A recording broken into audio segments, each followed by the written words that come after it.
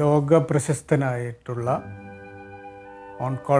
Medical oncologist ആയിട്ടുള്ള doctor PV. ഗംഗാധരൻ്റെ cancer ചികിത്സാനുഭവ കുറിപ്പുകളുടെ ഒരു പുസ്തകമാണ് ജീവിതമെന്ന അത്ഭുതം. ഇത് കഥാകൃത്തായിട്ടുള്ള KS അനിയനാണ് ഡോക്ടറിന് വേണ്ടി പുസ്തകരൂപമാക്കിയിട്ടുള്ളത്. 25ാം പതിപ്പാണിപ്പോൾ. DC ബുക്സ് 2004 ഇതിൻ്റെ ആദ്യ പതിപ്പ് ഇറക്കുന്നത്. 37 അനുഭവ കുറിപ്പുകളുടെ ഒരു സമാഹാരമാണ്. 2004 ശേഷം ലക്ഷക്കണക്കിന് മലയാളികൾ വായിച്ച ഒരു പുസ്തകമാണ് ജീവിതമെന്ന അത്ഭുതം. ഇതിൻ്റെ ആമുഖ കുറിപ്പിൽ ഡോക്ടർ ഗംഗാധരൻ ഒരു ക്യാൻസർ രോഗിയുടെ അനുഭവ ഓർമ്മ പറയുന്നുണ്ട്. ഈ പുസ്തകം വായിച്ചതിന് ശേഷമാണ് ജീവിതത്തെക്കുറിച്ച് കുറേയും കൂടി വെളിച്ചത്തോടുകൂടി ചിന്തിച്ചതെന്ന്, ജീവിതത്തിൻ്റെ യഥാർത്ഥ മുഖം എന്താണെന്ന് മനസ്സിലാക്കിയത് ഈ ജീവിതമെന്ന അത്ഭുതമെന്ന പുസ്തകം വായിച്ചതോടുകൂടിയാണെന്ന് ആ സുഹൃത്തതിൽ ഓർക്കുന്നുണ്ട്. ജീവിതത്തിൻ്റെ പ്രതിസന്ധികളിൽ എങ്ങനെ പെരുമാറണമെന്നും ഈ പുസ്തകം പഠിപ്പിക്കുന്നുണ്ട്. ശരിക്കും ജീവിതം എന്താണെന്ന് മനസ്സിലാക്കിയത് ഈ പുസ്തകം വായിച്ചതിന് ശേഷമാണെന്ന് പലരും അനുഭവ സാക്ഷ്യം പറയുന്നുണ്ട്. അതിലുപരി നമ്മുടെ എല്ലാം സങ്കടങ്ങൾ ഒന്നുമല്ല എന്ന് ബോധ്യമാക്കുന്ന ഒരു പുസ്തകമാണ് ജീവിതമെന്ന അത്ഭുതം. ഇതിൽ നിരവധി ക്യാൻസർ രോഗികളുടെ കഥകളാണുള്ളത്. ഡോക്ടർ വിദ്യാർത്ഥിയായിരിക്കുമ്പോൾ ബ്ലഡ് ക്യാൻസർ ബാധിതനായ നൗഷാദ് എന്നൊരാളെക്കുറിച്ച് ഇതിൽ പറയുന്നുണ്ട്. നൗഷാദ് MBBS പഠിക്കുന്ന കാലത്താണ് ബ്ലഡ് ക്യാൻസർ ബാധിക്കുന്നത്. ഡോക്ടർ ഗംഗാധരൻ്റെ ചികിത്സയിൽ വരികയും പിന്നീട് ജീവിതത്തിനെ വളരെ പോസിറ്റീവായിട്ട് കാണുകയും ഈ രോഗം ഒരു അന്തിമ വിധിയല്ല എന്ന് തിരിച്ചറിയുകയും രോഗത്തെ മറികടക്കുകയും പിന്നീട് സുഖകരമായിട്ടുള്ള ജീവിതം നയിക്കുകയും മികച്ച ഒരു ഡോക്ടറായി നൗഷാദ് മാറുന്നതും ഇതിൽ പറയുന്നുണ്ട്. നിരവധി അത്തരം ജീവിത കരേറലുകളുടെ കഥയാണ് ഇതിലെങ്കിലും ചിലയിടങ്ങളിലും ഈ ക്യാൻസർ ബാധിച്ച് മരിച്ചുപോയവരുടെ കഥകളും പറയുന്നുണ്ട്. ക്യാൻസർ നമ്മൾ കരുതുന്ന പോലെ ഒരിക്കലും പരിഹാരമില്ലാത്തൊരു കാര്യമായിട്ടല്ല കാണേണ്ടതെന്നത് പഠിപ്പിക്കുന്ന ഒരു പുസ്തകമാണിത്. ക്യാൻസർ ബാധിച്ചു കഴിഞ്ഞാൽ എല്ലാം കഴിഞ്ഞു എന്ന് പറയുന്ന പോലെയുള്ള ആ അവസ്ഥയിൽ നിന്ന് നമ്മളെ മോചിപ്പിക്കുന്ന ചിന്തകളുടെ ഒഴുക്ക് നിറയ്ക്കുന്ന ഒരു പുസ്തകമാണ് ജീവിതമെന്ന അത്ഭുതം. ഡോക്ടർ ഇതിൻ്റെ ആരംഭത്തിൽ പറയുന്നുണ്ട്, ചിരിക്കുന്ന മുഖങ്ങളെ വളരെ കുറച്ചേ ഞാൻ കണ്ടിട്ടുള്ളൂ. ചിരി കുറച്ചുള്ള ഈ ജീവിതത്തിൽ എങ്ങനെ അതിനെ മറികടക്കാമെന്നുള്ളതിൻ്റെ കഥകളാണ് ഈ പുസ്തകം പറയുന്നത്. 37 അധ്യായങ്ങളും നമ്മളെ വല്ലാതെ പിടിച്ചുലയ്ക്കുന്ന അധ്യായങ്ങൾ തന്നെയാണ്. ചില അധ്യായങ്ങൾ വായിച്ചു കഴിഞ്ഞാൽ അത്രയും സങ്കടപ്പെട്ട് നമ്മൾ ഇരുന്നു പോകും. ചില അധ്യായങ്ങൾ വായിച്ചു കഴിഞ്ഞാൽ നമ്മൾ വളരെ ഊർജ്ജസ്വലരാകും. കാരണം നമുക്ക് ഇത്രയൊന്നും സങ്കടമില്ലല്ലോ. ശരിക്കും വികാര അധീനമാക്കി കളയുന്ന ഒരു ഭാഷയാണ് KS അനിയൻ ഡോക്ടർ ഗംഗാധരന് വേണ്ടി ജീവിതമെന്ന അത്ഭുതമെന്ന പുസ്തകത്തിൽ ഉപയോഗിക്കുന്നത്. അച്ഛനും മകളും എന്നൊരു ആദ്യ അധ്യായമാണ് ഓർമ്മയിലേക്ക് വരുന്നത്. ക്യാൻസർ ബാധിതയായിട്ടുള്ള മകൾക്ക് കൂട്ടുവരുന്ന അച്ഛൻ ഒരു ഹൃദ്രോഗിയായിരുന്നു. മകളുടെ ഈ സങ്കടാവസ്ഥകൾക്കിടയിൽ തൻ്റെ ആരോഗ്യം വേണ്ടത്ര ശ്രദ്ധിക്കാതെ മുന്നോട്ട് പോവുകയും മകളുടെ ചികിത്സയ്ക്കിടയിൽ വെച്ച് അച്ഛൻ മരണമടയുകയാണ്. ഈ മരണവാർത്ത അച്ഛൻ മരിച്ചു എന്ന വാർത്ത മകളെ അറിയിക്കുവാൻ ഡോക്ടർ ഗംഗാധരൻ പെടുന്ന ആ അസ്വസ്ഥതകളാണ് അധ്യായത്തിൽ പറയുന്നത്. പക്ഷേ മകൾക്ക് ഡോക്ടർ ഗംഗാധരൻ നൽകുന്ന ആ മനോബലം വഴി അവൾ ആ സങ്കടവാർത്തയൊക്കെ മറികടന്ന് മുന്നോട്ട് പോകുകയാണ്. അച്ഛനും മകളും നമുക്ക് രണ്ട് ജീവിത രൂപകങ്ങളാണ്. വെങ്കിടരാജു എന്നൊരു കഥാപാത്രം, ഒരു മനുഷ്യൻ ഈ പുസ്തകത്തിൽ കടന്നു വരുന്നുണ്ട്. വെങ്കിടരാജു ചികിത്സയ്ക്ക് വേണ്ടി വരുമ്പോൾ വെങ്കിടരാജുവിൻ്റെ നിർധനരായിട്ടുള്ള കുടുംബം, ഭാര്യയും മക്കളും പുറത്ത് അയാളുടെ ചികിത്സയ്ക്ക് വേണ്ടി യാചന, ധർമ്മം അല്ലെങ്കിൽ ഭിക്ഷയ്ക്ക് വേണ്ടി നടക്കുകയാണെന്നതാണ് കഥ. ഡോക്ടർമാരുടെ നിർദ്ദേശം രോഗികൾ പുറത്തു പോകരുതെന്നാണ്. ഒരു ദിവസം ഗംഗാധരൻ ഡോക്ടർ ഈ വെങ്കിടരാജുവിനെ ആശുപത്രിയുടെ പുറത്ത് വെച്ച് കാണുകയാണ്. ഒരു വൈകുന്നേരമാണ്. വെങ്കിടരാജുവും ഭാര്യയും മക്കളും ഇരുന്ന് ഭക്ഷണം കഴിക്കുന്നു. ഭക്ഷണ നിയന്ത്രണം കൃത്യമായി അനുഷ്ഠിക്കുന്ന ആ ആശുപത്രിയിലെ ഡോക്ടർ തൻ്റെ രോഗി പുറത്ത് കുടുംബത്തോടൊപ്പം ഇരുന്ന് ഇങ്ങനെ ഭക്ഷണം കഴിക്കുന്നത് കാണുമ്പോഴാണ് കഥകൾ അറിയുന്നത്. യാചന നടത്തിയതിന് ശേഷം, ഭിക്ഷ യാചിച്ചതിന് ശേഷം കിട്ടിയ പൈസ കൊണ്ട് വാങ്ങിയ ഭക്ഷണം അവരൊന്നിച്ച് പങ്കുവച്ച് കഴിക്കുകയാണ്. കുഴപ്പമില്ലെന്ന് ഡോക്ടർ പറയുന്ന ആ കഥ നമ്മളെ ഹൃദയത്തെ തൊട്ടുകളയും. ചികിത്സയ്ക്ക് വേണ്ടുന്ന പണം സമ്പാദിക്കുന്നത് അങ്ങനെ ഭിക്ഷയാചിച്ചായിരുന്നു ആ ഭാര്യയും മക്കളും എന്ന കഥ വെങ്കിടരാജു ഡോക്ടറിനോട് പറയുകയാണ്. നമ്മൾ അത്ഭുതപ്പെട്ടു പോകുന്ന അങ്ങനെ കുറേ സംഭവങ്ങളുടെ ഒരു മാലയാണ് ഈ പുസ്തകം. ജീവിതമെന്ന അത്ഭുതത്തിൽ ഇങ്ങനെ 37 കഥകളാണുള്ളത്. വളരെ അപൂർവമായിട്ടുള്ള ജീവിതങ്ങളെയാണ് നമ്മളിതിലേക്ക് കാണുന്നത്. ഡോക്ടറാണ്, പക്ഷേ തൻ്റെ ഭാര്യയുടെ രോഗാവസ്ഥയ്ക്ക് ഒന്നും പറയാനില്ലാത്തൊരു ഡോക്ടറുടെ കഥ ഇതിൽ പറയുന്നുണ്ട്. സ്വന്തം ജീവിത യാഥാർത്ഥ്യങ്ങളിൽ അന്ധാളിച്ചു പോകുന്ന ആ ഡോക്ടർ ഗംഗാധരൻ ഡോക്ടറുടെ നിർദ്ദേശമൊക്കെ മറികടന്ന് ഭാര്യയെ തിരിച്ചു കൊണ്ടുപോവുകയാണ്. പക്ഷേ പിന്നീട് ആ രോഗം മൂർച്ഛിക്കുകയും ഭാര്യ മരണമടയുകയും ചെയ്ത കഥ ഡോക്ടർക്ക് അറിയുകയാണ്. ഒരു ഡോക്ടറായിട്ട് പോലും ജീവിതത്തിന് അഭിമുഖീകരിക്കാൻ സാധിക്കാത്ത കഥാപാത്രങ്ങളും ഇതിനകത്ത് വരുന്നുണ്ട്. ഒരു വെള്ള ഖദർധാരിയെക്കുറിച്ച് ഇതിൽ പറയുന്നുണ്ട്. വെള്ള ഖദർധാരി ഒരു അപ്പൂപ്പനാണ്. അദ്ദേഹത്തിൻ്റെ ഭാര്യയും തൻ്റെ പേരക്കിടാവിനെ ചികിത്സിക്കാൻ വേണ്ടി അടയാർ ക്യാൻസർ ഇൻസ്റ്റിറ്റ്യൂട്ടിലേക്ക് വരികയും പിന്നീട് ഇവരെ കാണാതാകുകയും ചെയ്യുകയും കുറേ നാൾക്ക് ശേഷം ഈ വെള്ള ഖദർധാരി എന്ന ആ വാക്കാണ് ഉപയോഗിക്കുന്നത്. ഈ വെള്ള ഖദർധാരിയെ ട്രെയിനിൽ വെച്ച് ഗംഗാധരൻ ഡോക്ടർ കാണുന്നുണ്ട്. പക്ഷേ വിവരങ്ങൾ അന്വേഷിക്കുമ്പോൾ ആ പേരക്കിടാവ് മരിച്ചു പോയതായിട്ടാണ് അറിയുന്നത്. വെള്ള ഖദർധാരി എന്ന് പറയുന്ന ഒരു രൂപകം എന്തിനാണ് അങ്ങനെ ഉപയോഗിച്ചതെന്ന് അറിയില്ലെങ്കിലും നമ്മൾ ക്യാൻസറിനോടും ക്യാൻസർ ചികിത്സ നടത്തുന്ന ഡോക്ടർമാരുടെ വാക്കുകളോടും നടത്തുന്ന അല്ലെങ്കിൽ നൽകുന്ന ആ വിലയെയാണ് അതിൽ ഓർമ്മപ്പെടുത്തുന്നത്. ഗംഗാധരൻ ഡോക്ടറുടെ വാക്കുകളെ വില കൽപ്പിക്കാതെ അവിടെ നിന്ന് ചികിത്സ മാറ്റിപ്പോവുകയും പിന്നീട് ആ കുഞ്ഞ് മരിക്കുകയാണ് അതിൽ ചെയ്യുന്നത്. ഡോക്ടറുടെ വാക്കുകളെയൊന്നും വേണ്ടത്ര വില കൽപ്പിക്കാത്തത് കൊണ്ട് സംഭവിച്ചു പോയ ആ നഷ്ടത്തെ ആണ് ആ വെള്ള ഖദർധാരിയായിട്ടുള്ള അപ്പൂപ്പൻ്റെ കഥയിലൂടെ ബോധ്യമാകുന്നത്. ഡോക്ടർ ഗംഗാധരൻ നമ്മളെ പരിചയപ്പെടുത്തുന്ന കഥാപാത്രങ്ങളിൽ അല്ലെങ്കിൽ ജീവിച്ചിരിക്കുന്നവരിൽ, മരിച്ചുപോയവരിൽ മനസ്സിനെ തൊട്ടുപോകുന്ന ഒരു പ്രവാസിയായ പുതുമണവാളനുണ്ട്.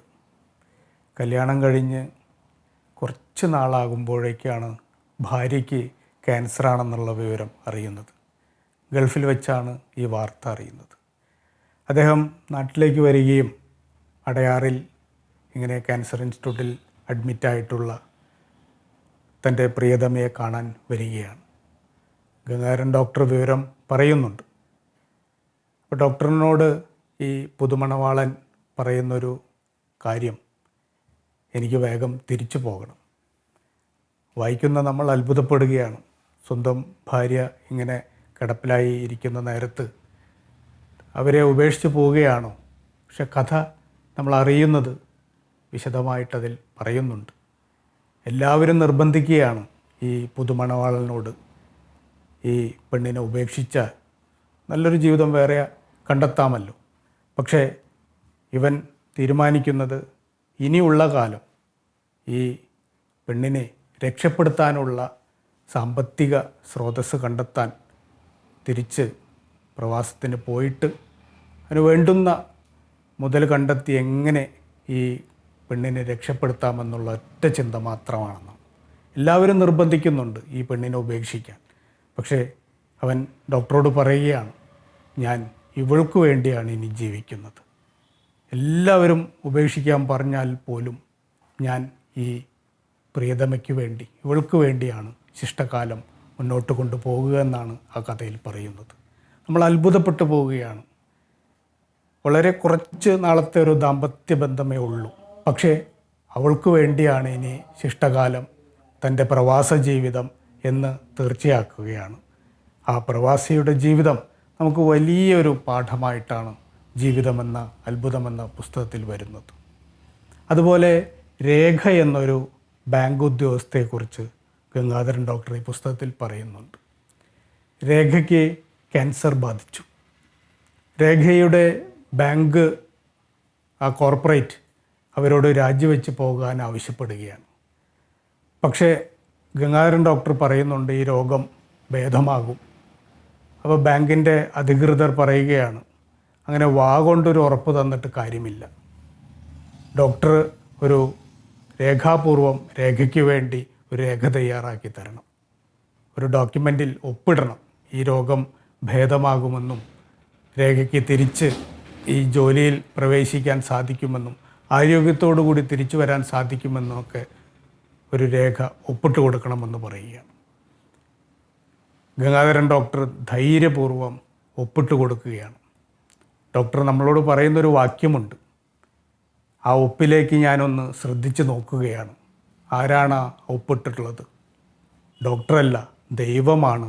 ദൈവത്തിൻ്റെ കയ്യൊപ്പാണ് ആ ഡോക്യുമെൻറ്റിൽ എന്നാണ് ഗംഗാധരൻ ഡോക്ടർ പറയുന്നത്. ഇങ്ങനെ നിരവധി സംഭവങ്ങളാണ് ഈ ജീവിതമെന്ന പുസ്തകത്തിൽ നമ്മളെ അത്ഭുതപ്പെടുത്തുന്നത്. അബ്ദു എന്നൊരു കഥാപാത്രം ഇതിൽ കടന്നു വരുന്നുണ്ട്. ശരിക്കും കഥാപാത്രം എന്ന് തന്നെയാണ് നമ്മൾ വിളിക്കേണ്ടി വരുന്നത്. ഒരു നോവലിലോ കഥയിലോ ഒന്നും കാണാത്ത അത്രയും അത്ഭുതം കൂറുന്ന, അത്രയും അത്ഭുതം തരുന്ന ചില കഥാപാത്രങ്ങളാണ് ഈ ജീവിതമെന്ന അത്ഭുതത്തിലുള്ളത്. അബ്ദു ഒരു നിർധനനായിട്ടുള്ള വ്യക്തിയാണ്. പക്ഷേ ക്യാൻസർ ബാധിതനായതോടുകൂടിയൊന്നും തളർന്നു പോകുന്നില്ല. അരിയുടെ ചാക്കുകൾ കയറ്റി വരുന്ന ലോറിയിലാണ് അബ്ദു കീമോതെറാപ്പിക്ക് വരുന്നതെന്നാണ് പറയുന്നത്. 300 കിലോമീറ്ററോളം അരിച്ചാക്കുകളുടെ മുകളിൽ കിടന്നിട്ടാണ്, അത്രയും ബുദ്ധിമുട്ടുള്ളൊരു സഞ്ചാരം നടത്തിയിട്ടാണ് അബ്ദു കീമോതെറാപ്പിക്ക് ഹോസ്പിറ്റലിൽ എത്തുന്നത്. ഹോസ്പിറ്റലിലെത്തിയ അബ്ദു വിശ്രമിക്കുന്നൊന്നുമില്ല, നേരെ കീമോതെറാപ്പിക്ക് കയറുകയാണ്. അടുത്ത അപ്പോയിൻമെൻറ്റ് കിട്ടുന്നത് ഡോക്ടറുടെ ഒഴിവിനല്ല, ഈ അരിച്ചാക്ക് കയറ്റി വരുന്ന അരിച്ചാക്കിൻ്റെ ലോറികളുടെ വരവിൻ്റെ ഒഴിവിനനുസൃതമായിട്ടാണ് അബ്ദുവിൻ്റെ അടുത്ത കീമോതെറാപ്പി ഗംഗാധരൻ ഡോക്ടർ നിശ്ചയിക്കുന്നത്. വന്നു കഴിഞ്ഞാൽ വാർഡ് നിറയെ തമാശകൾ പറഞ്ഞ് അബ്ദു സമയം പോക്കും. നഴ്സുമാരെല്ലാം അബ്ദുവിൻ്റെ വരവിനായി കാത്തു നിൽക്കും. പക്ഷേ ഡോക്ടർക്കും അബ്ദുവിനും മാത്രമേ അറിയുള്ളൂ ഈ അരിച്ചാക്ക് കയറ്റി വരുന്ന ലോറിയുടെ ഷെഡ്യൂളിനനുസൃതമായിട്ടാണ് അബ്ദുവിൻ്റെ കീമോതെറാപ്പിയുടെ അടുത്ത അപ്പോയിൻമെൻറ്റ് നിശ്ചയിക്കുന്നത്. നമ്മൾ ക്യാൻസർ ബാധിതരായ ആളുകളെ കാണാറുണ്ട്. അതോടുകൂടി എല്ലാം നിർത്തിവെച്ചതായിട്ടും വലിയ ഷെഡ്യൂളിംഗ് ആണ് പിന്നീട്. ഇവിടെ നോക്കൂ, അബ്ദു എന്ന കഥാപാത്രം അരിച്ചാക്ക് കയറ്റി വരുന്ന ആ ലോറികളുടെ ഒഴിവിനനുസൃതമായിട്ടാണ് തൻ്റെ കീമോതെറാപ്പി നിശ്ചയിക്കുന്നത്. പക്ഷെ വളരെ ഹാപ്പി ആയിട്ടാണ് മുന്നേറുന്നത്. മലയാളത്തിൽ നമുക്ക് ധാരാളം ഇങ്ങനെയുള്ള വൈദ്യാനുഭവങ്ങളുടെ പുസ്തകങ്ങൾ ലഭ്യമാണ്. നിരവധി ഡോക്ടർമാരെഴുതിയ പുസ്തകങ്ങൾ നമുക്ക് മലയാള ഭാഷയിൽ കിട്ടാനുണ്ട്. പക്ഷേ ജീവിതമെന്ന അത്ഭുതം എന്ന ഈ പുസ്തകത്തോളം വിറ്റഴിഞ്ഞു പോയ മറ്റൊരു പുസ്തകം മലയാളത്തിലില്ല. എന്താണ് അതിൻ്റെ കാരണമെന്ന് അന്വേഷിച്ച് നോക്കിയാൽ മനസ്സിലാകുക, ജീവിതത്തിൻ്റെ ഒരു നിറവ് ഈ പുസ്തകത്തിൽ ആദ്യ പേജ് മുതൽക്ക് അവസാനത്തെ 37-ാമത്തെ അധ്യായം വരേക്കുമുണ്ടെന്നതാണ് അതിൻ്റെ രഹസ്യം. ഈ പുസ്തകത്തിൻ്റെ ആരംഭത്തിൽ ഡോക്ടർ ഗംഗാധരൻ്റെ വൈദ്യ ജീവിതാനുഭവത്തിൻ്റെ ആരംഭകാലത്തുള്ള സങ്കടങ്ങളും പറയുന്നുണ്ട്. സങ്കടമെന്ന രൂപത്തിലല്ല, അനുഭവം എന്ന രൂപത്തിൽ പറയുന്നുണ്ട്. താൻ അടയാർ ക്യാൻസർ ഇൻസ്റ്റിറ്റ്യൂട്ടിൽ ജോലിയിൽ പ്രവേശിച്ച കാലത്ത് കുടുംബത്തോടൊപ്പം വൈകുന്നേരങ്ങളിൽ പോകുമ്പോൾ 1-2 പൊതി കപ്പലണ്ടി വാങ്ങാനുള്ള പൈസയെ കയ്യിലുണ്ടായിരുന്നു എന്നുള്ള അവസ്ഥയെ ചിത്രീകരിക്കുന്നത് മുതൽക്ക്, സാമ്പത്തിക പ്രശ്നങ്ങൾ മുതൽക്ക് ഒരു വൈദ്യൻ അനുഭവിക്കുന്ന പ്രശ്നങ്ങളുടെ നിരകൾ പോലും നമുക്കതിൽ വായിച്ചെടുക്കാൻ സാധിക്കും. ഇപ്പോൾ ജീവിതമെന്ന അത്ഭുതമെന്ന ഈ പുസ്തകം വായിക്കുമ്പോൾ ഒരു വ്യക്തിയുടെ വികാസത്തിന് അല്ലെങ്കിൽ വ്യക്തിവികസനത്തിന് ഉപയുക്തമായിട്ടുള്ള ജീവിതത്തിൻ്റെ കുറേ നേർചിത്രങ്ങൾ നമുക്ക് ഈ പുസ്തകത്തിൽ നിന്ന് വായിച്ചെടുക്കാൻ സാധിക്കും. ജീവിതമെന്ന അത്ഭുതം ഇത്രമേൽ ഒരു വായനക്കാരിലേക്ക് സ്പർശിക്കാനുള്ള കാരണം അതിൽ ഒരു വൈദ്യത്തെക്കാൾ ജീവിതത്തെ കാണാൻ സാധിക്കുന്നു എന്നതാണ് സത്യം. ജീവിതമെന്ന അത്ഭുതം 25 പതിപ്പ് ഇറങ്ങാൻ അല്ലെങ്കിൽ അത്രയും വായിക്കപ്പെടാനുള്ള കാരണം അതിലെ ഭാഷയുമാണ്. ജീവിതത്തിനെ അത്രയും ഒപ്പിയെടുക്കുന്ന രീതിയിലുള്ള ഭാഷ ഈ പുസ്തകത്തിൽ നമുക്ക് വായിക്കാൻ സാധിക്കും എന്നുള്ളതാണ്. എത്രയായാലും ഒരു വൈദ്യാനുഭവത്തെക്കാൾ പല സങ്കടാവസ്ഥകളിലൂടെയുള്ള സഞ്ചാരം ഈ പുസ്തകത്തിൽ ഉടനീളം കാണുന്നുവെങ്കിലും ജീവിതത്തിലേക്കുള്ള വെളിച്ചത്തിൻ്റെ, പോസിറ്റിവിറ്റിയുടെ ഒരു തലം പുസ്തകത്തിൽ നമുക്ക് വായിക്കാൻ സാധിക്കുന്നതാണ്. ഡോക്ടർ ഗംഗാധരൻ കുറേ ക്യാൻസർ രോഗികളുടെ അനുഭവങ്ങളെയാണ് പറയുന്നതെങ്കിലും കുറേ ജീവിത സന്ദേശങ്ങൾ കൂടി ഈ പുസ്തകത്തിലൂടെ വായിച്ചെടുക്കാൻ സാധിക്കുന്നുണ്ട്. ക്യാൻസറിനോട് നമ്മുടെ സമൂഹത്തിനുള്ള മനോഭാവം ഇതിൽ വിചാരണ ചെയ്യപ്പെടുന്നുണ്ട്. ക്യാൻസർ മറ്റ് രോഗങ്ങൾക്കൊക്കെ മുകളിലാണ് നമ്മൾ പ്രതിഷ്ഠിച്ചിട്ടുള്ളത് എന്നൊരു കുറ്റപ്പെടുത്തൽ ഈ പുസ്തകത്തിൽ പറയുന്നുണ്ട്. ക്യാൻസർ ബാധിച്ചു കഴിഞ്ഞാൽ അത് ശാസ്ത്രീയമായ ചികിത്സയിലൂടെ നമുക്ക് മാറ്റിയെടുക്കാൻ സാധിക്കുമെന്നതാണ് ഗംഗാധരൻ ഡോക്ടർ ഇതിൽ പറയുന്ന മുഖ്യമായ ഒരു സന്ദേശം. മറ്റ് രോഗങ്ങൾ ബാധിച്ചവർ ആ രോഗവുമായി ജീവിതം ഉടനീളം ഇങ്ങനെ രോഗിയായി സഞ്ചരിക്കുമ്പോൾ ക്യാൻസർ ബാധിച്ച ഒരാളെ സംബന്ധിച്ചിടത്തോളം അതിനെ കൃത്യമായ പദ്ധതിയിലൂടെ ചികിത്സിച്ചാൽ ഭേദമാക്കാൻ സാധിക്കും എന്നത് ഗംഗാധരൻ ഡോക്ടർ എടുത്തു പറയുന്നുണ്ട്. മാത്രമല്ല, ക്യാൻസർ രോഗിയോട് സമൂഹത്തിലുള്ള ആ മനോഭാവത്തിൽ വരേണ്ടുന്ന മാറ്റത്തെക്കുറിച്ചും ഗംഗാധരൻ ഡോക്ടർ ഈ പുസ്തകത്തിൽ അടിവരയിടുന്നുണ്ട്. ക്യാൻസർ ബാധിച്ച ഒരാൾക്ക് പിന്നീട് ഒരിക്കലും ജീവിതത്തിലേക്ക് തിരിച്ചു വരാൻ സാധിക്കില്ല എന്ന ആ തെറ്റിദ്ധാരണയെ തിരുത്താനും ജീവിതമെന്ന അത്ഭുതമെന്ന പുസ്തകം സഹായിക്കും. ഗംഗാധരൻ ഡോക്ടറുടെ സ്വന്തം ജീവിത വീക്ഷണങ്ങളെയാണ് ഈ 37 അധ്യായവും ഒരു നൂലിഴ പോലെ ഇങ്ങനെ കൊണ്ടുപോകുന്നത്. ഒരു ഇത്രയും ഉയർച്ചയുള്ള, ഇത്രയും ഉന്നതിയിലുള്ള, ഇത്രയും വിദ്യാഭ്യാസത്തിൻ്റെ ഔന്നത്യമുള്ള ഒരു ഭിഷഗ്വരൻ അദ്ദേഹത്തിൻ്റെ ജീവിത വീക്ഷണങ്ങളിലൂടെ നമ്മളെപ്പോലും ജീവിതത്തെക്കുറിച്ച് പഠിപ്പിക്കാൻ ശ്രമിക്കുകയാണ് ഈ പുസ്തകത്തിലൂടെ. ജീവിതം എന്തായിരിക്കണം, നമ്മുടെ സഹജീവികളോട് നമുക്കുണ്ടാകേണ്ട കാഴ്ചപ്പാട് എന്തായിരിക്കണം എന്നതിനെയാണ് ഈ പുസ്തകം നമ്മളെ വളരെ ഒരു തുറസ്സോടുകൂടി ഒരു ജാലകം പോലെ തുറന്നിടുന്നത്. ജീവിതമെന്ന അത്ഭുതമെന്ന പുസ്തകത്തിന് 25 പതിപ്പുകൾ വന്നതിൽ ഒരത്ഭുതവുമില്ല.